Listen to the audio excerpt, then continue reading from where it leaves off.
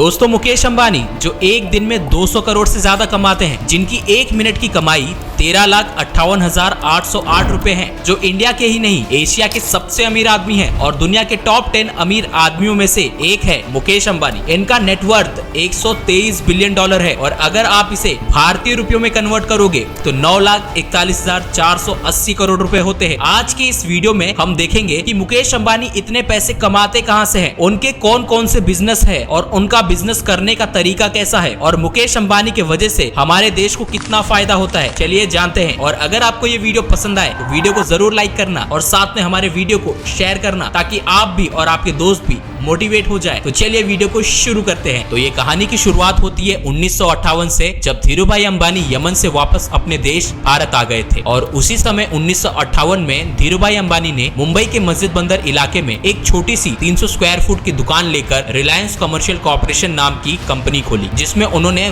मसालों की ट्रेडिंग करना शुरू किया। मसालों को एक देश से दूसरे देश में एक्सपोर्ट करना ये उनका एक नया बिजनेस था। फिर आया साल 1966 जब धीरूभाई अंबानी ने गुजरात के नरोडा में रिलायंस टेक्सटाइल इंडस्ट्री की स्थापना की और फिर वो बन गए टेक्सटाइल के किंग। अब आया साल 1995 जब धीरूभाई अंबानी ने Reliance telecom private limited company की स्थापना की और साल 2000 में धीरूभाई अंबानी ने दुनिया का सबसे बड़ा रिफाइनरी पेट्रोकेमिकल गुजरात के जामनगर में लगाया। फिर आया वो दिन जब धीरूभाई अंबानी हम सभी को छोड़ के चले गए, 2 जून 2002 जब Dhirubhai Ambani bridge candy hospital में अपनी अंतिम सांस लेकर हम सभी को विदा होके चले गए और छोड़ के गए अपनी कंपनी जिसकी वैल्यूएशन उस समय तक 75,000 करोड़ थी। दोस्तों अगर आपको धीरूभाई अंबानी के ऊपर एक अच्छा वीडियो देखना है तो मैंने ऑलरेडी धीरूभाई अंबानी के ऊपर एक प्रॉपर स्टोरी वीडियो बनाया है, जिसमें धीरूभाई अंबानी ने अपने लाइफ में कैसे आगे बढ़े ये सारी चीजें बताई है। उसका लिंक आपको डिस्क्रिप्शन में मिल जाएगा। धीरूभाई अंबानी के मौत के बाद ये फैसला लेना बहुत ही कठिन था कि अब कंपनी का नया चेयरमैन कौन बनेगा, क्योंकि धीरूभाई अंबानी ने मरने से पहले कभी भी कोई विल नहीं बनाया और ना ही कोई डिसीजन दिया था कि मेरे ना होने पर कौन सी कंपनी कौन सा बेटा चलाएगा। लेकिन काफी दिक्कतों के बाद कंपनी में लोगों ने ये फैसला किया कि कंपनी के नए चेयरमैन बनेंगे धीरूभाई अंबानी के बड़े बेटे मुकेश अंबानी और उनके छोटे बेटे अनिल अंबानी कंपनी के मैनेजिंग डायरेक्टर बनेंगे। शायद इसी फैसले की वजह से दोनों भाइयों के बीच में दरार आना शुरू हो गया। साल 2004 तक दोनों भाइयों ने कंपनी को अच्छे तरीके से चलाया और अच्छा खासा ग्रो किया कंपनी को। लेकिन उसी साल नवंबर के महीने में दोनों भाइयों का झगड़ा पहली बार मीडिया में सामने आया और दोनों भाइयों में झगड़ा इसलिए हुआ था क्योंकि दोनों के बिजनेस करने के तरीके और बिजनेस को सोचने के तरीके अलग थे और इस वजह से ये झगड़ा इतना बड़ा हो गया कि इन दोनों को कोर्ट तक जाना पड़ा। और ये सब उनकी माँ कोकिलाबेन अंबानी ने देखा तो उन्हें बड़ा ही तकलीफ हुआ और उन्होंने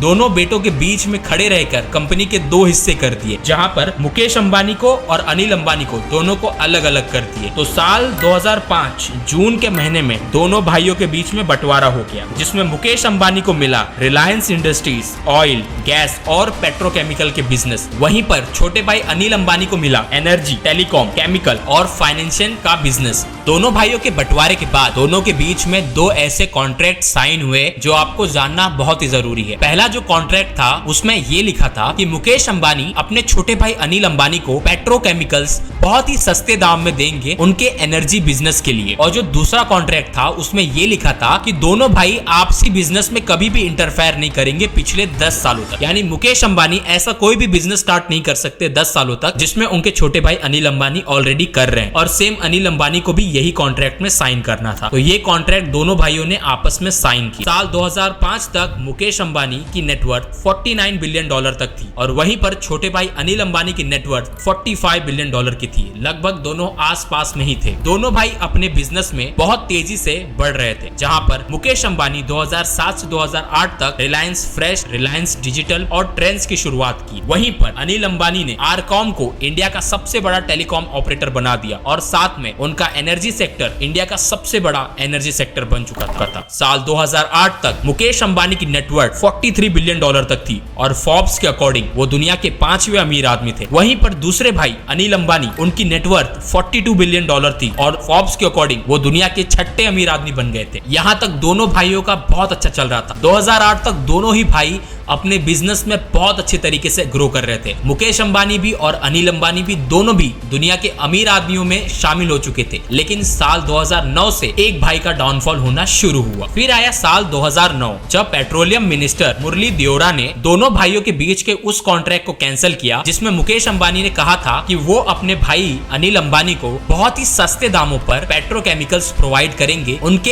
एनर्जी बिजनेस के लिए। कि मुरली दियोरा ने ये कहा है कि अनिल अंबानी एनर्जी सेक्टर में मोनोपोली क्रिएट कर रहे हैं। बाकी एनर्जी कंपनीज के अकॉर्डिंग वो बहुत ही सस्ते दामों पे पेट्रोकेमिकल्स यूज कर रहे हैं एनर्जी को बनाने के लिए, और इस तरीके से वो कंपटीशन को खत्म कर रहे हैं और एनर्जी के बिजनेस में मोनोपोली क्रिएट कर रहे हैं। यहाँ तक कि अनिल अंबानी ने कोर्ट में भी केस किया और ये तक कहा कि इसमें उनके बड़े भाई मुकेश अंबानी और पेट्रोलियम मिनिस्टर मिले हुए। फिर भी कोर्ट ने मुकेश अंबानी के पक्ष में यह फैसला सुनाकर अनिल अंबानी को ये कहा कि आप गलत हो, और मुकेश अंबानी को ये बोला कि ये कॉन्ट्रैक्ट आपको कैंसिल ही करना पड़ेगा। और शायद इसी साल से अनिल अंबानी का डाउनफॉल होना शुरू हुआ और इसके बाद एक भाई एशिया का सबसे अमीर आदमी बन गया और दूसरे भाई का दिवालिया निकल गया। फिर इसके बाद वो कॉन्ट्रैक्ट भी खत्म हो गया जिसमें लिखा गया था कि दोनों भाई 10 साल तक आपसी कोई भी बिजनेस में इंटरफेयर नहीं करेंगे। और साल 2016 में मुकेश अंबानी ने जियो को लॉन्च किया जिसमें जियो के नाम का एक टेलीकॉम नेटवर्क बनाया गया और जियो के नाम से कॉलिंग, इंटरनेट और एसएमएस की सर्विस का शुरुआत हुआ। मुकेश अंबानी का ये कदम बाकी कंपनियों के लिए बहुत ही खतरनाक था क्योंकि मुकेश अंबानी जब जियो को लॉन्च किए तो उन्होंने जियो की सारी सर्विसेज को फ्री कर दिया और आप जानते ही हो कि उसके बाद क्या हुआ। लोगों ने धड़ाधड़ बाकी सारे नेटवर्क्स को छोड़ा और जियो की सिम खरीदना शुरू किए और फ्री सर्विस लेना शुरू किया। इसके बाद दोस्तों आप जानते ही हो कि क्या हुआ होगा। देखते ही देखते जियो के यूजर्स 450 मिलियन से ज्यादा हो गए। जियो की सक्सेस देखकर दूसरी टेलीकॉम कंपनियों ने भी